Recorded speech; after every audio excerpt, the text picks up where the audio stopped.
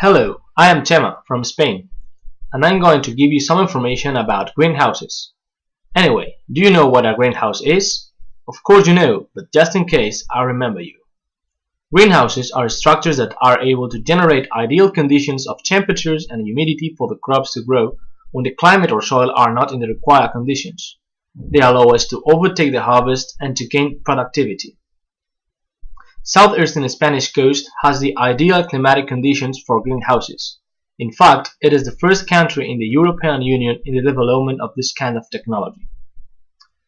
The most important regions are Murcia and above all Almeria, characterized for being arid regions with soft temperatures and elevated hours of sun all year long.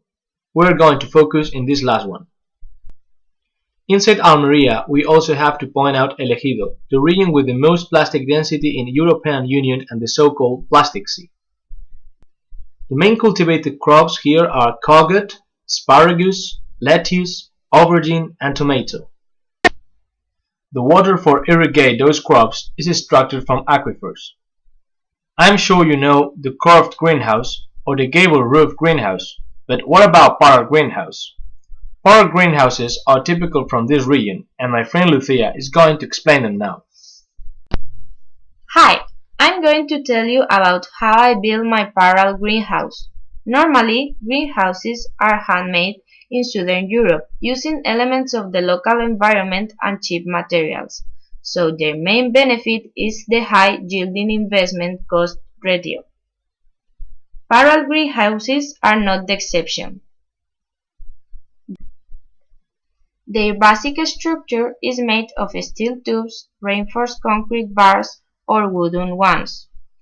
Every post is connected to the next one by tension wires, creating a mesh which supports the plastic roof. At the same time, the perimeter posts are moored to the ground using the quartz system. The moorings are made by galvanized wires or steel tubes. On the other hand, the posts are vertically placed onto concrete footers for giving stability to the structure. Regarding the form, because of the zone low rainfall, parallel pitches are almost flat. To present better resistance to wind loads, the greenhouse height is small.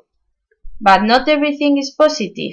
The greatest disadvantage is that the ventilation just exists in the lateral walls, causing lack of air renovation in the central part of the building.